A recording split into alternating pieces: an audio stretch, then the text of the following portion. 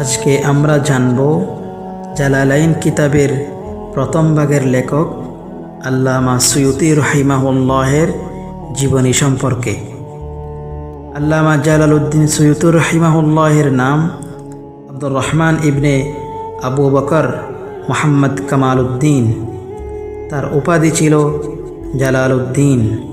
তার উপনাম ছিল আবুল ফজল। তিনির পুরো নাম হলো আব্দুর রহমান ইবনে আবু বকর মুহাম্মদ কামালউদ্দিন ইবনে সাবিকুদ্দিন ইবনে উসমান ফখরুদ্দিন ইবনে নজিরউদ্দিন আস-সুয়ুতি। সুয়ুত শহরের দিকে নিসবত করে তাকে সুয়ুতি বলা হয়। সুয়ুত শহরকে আস-সুয়ুতও বলা হয়। সুয়ুত এটি নীল দরিয়ার পশ্চিম দিকের একটা শহর। এটাই হচ্ছে খজর মহল্লা, যেটা চৌকে খজর অর্থাৎ খজর বাজার নামে প্রসিদ্ধ। জালালউদ্দিন সুয়ুতি রহিমাহুল্লাহের জন্ম। তিনি রজব মাসের 1 তারিখ 849 হিজরিতে মাগরিবের পর জন্মগ্রহণ করেন। তিনি সেই জামানার বিজ্ঞ আলেম ছিলেন। ইলম শিক্ষা। তিনি 5 বছর 7 মাসের বয়সে পিতাকে হারান।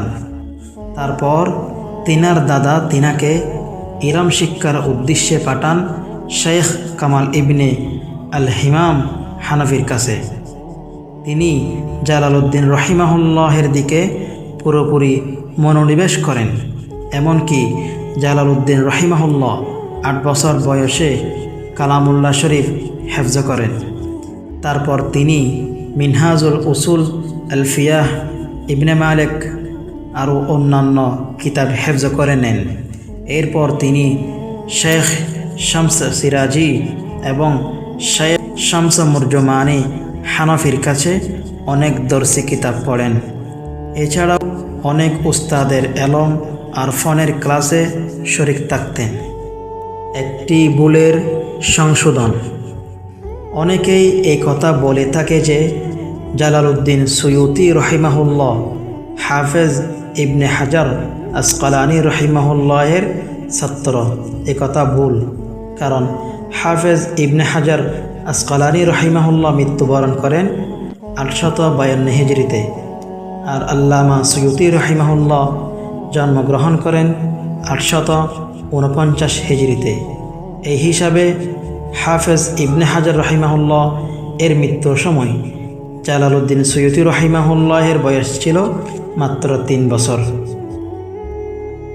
ফতোয়া প্রদান এবং শিক্ষকতা জীবন। এলম হাসিল করার পর তিনি 870 হিজরির দিকে ফতোয়া দেওয়া শুরু করেন। এরপর 872 হিজরি থেকে তিনি লেখালেখির কাজে মশগুল হন।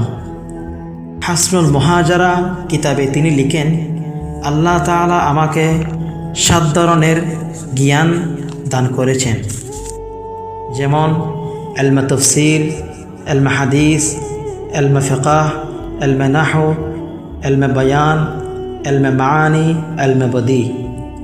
আর এটাও লিখেছেন, আমি হজের সময় জমজম পানি পান করার সময় এই দোয়া করেছি, আয় আল্লাহ আমাকে শেখ সিরাজউদ্দিন বলকিনীর মতো ইলমে ফিকহের জ্ঞান দান করুন এবং হাফেজ ইবনে হাজার আসকালানি রহিমাহুল্লাহের মতো হাদিসের এলম দান করুন। আল্লাহ তাআলা তাহার এই দোয়া কবুল করেছেন এবং তিনি তার জামানার সবচেয়ে বড় হাদিসের আলেম ছিলেন। তিনি একথা উল্লেখ করেছেন যে আমার 2 লাখ হাদিস মুখস্থ আছে, আর আমি যদি এর চেয়ে বেশি হাদিস পেতাম তাহলে সেগুলোও মুখস্থ করে নিতাম। তিনি 40 বছর বয়সে শিক্ষকতা এবং ফতোয়া দেওয়া ছেড়ে দিয়ে নির্জনে বাস করা শুরু করেছেন। তিনি অনেক ধার্মিক এবং অল্প সন্তুষ্টি মানুষ ছিলেন। তিনির কাছে ধনী গরিব অনেক লোকেরা দামি দামি হাদিয়া নিয়ে আসত, কিন্তু তিনি তা গ্রহণ করতেন না। সুলতান গৌরী তাকে একটা খসি গোলাম এবং 1000 স্বর্ণমুদ্রা হাদিয়া দিয়েছিলেন, কিন্তু তিনি স্বর্ণমুদ্রা ফিরিয়ে দিয়েছিলেন এবং গোলামটি আজাদ করে রাসূলুল্লাহ সাল্লাল্লাহু আলাইহি ওয়াসাল্লামের রোজার খাদেম বানিয়ে দিলেন। জালালউদ্দিন সুয়ুতি রাহিমাহুল্লাহের কারামত। তিনি কশফ কারামত বুজুর্গদের মধ্যে থেকে একজন ছিলেন। তিনি একটা প্রসিদ্ধ কারামত হলো তিনি অল্প সময়ে অনেক লম্বা সফর করতে পারতেন। তিনি তার জীবনে রাসূলুল্লাহ সাল্লাল্লাহু আলাইহি ওয়াসাল্লামকে 70 বার স্বপ্ন দেখেছেন। জালালউদ্দিন সুয়ুতি রাহিমাহুল্লাহের লেখালেখি।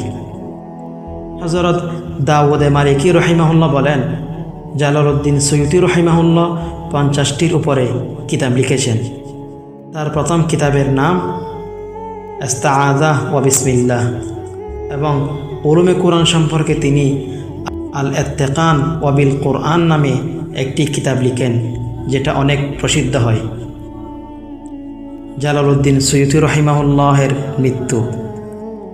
এই মনীষী 1911 হিজরির 19 জুমাদাল উলা শুক্রবারে ইন্তেকাল করেন। ইন্না লিল্লাহি ওয়া ইন্না ইলাইহি রাজিউন।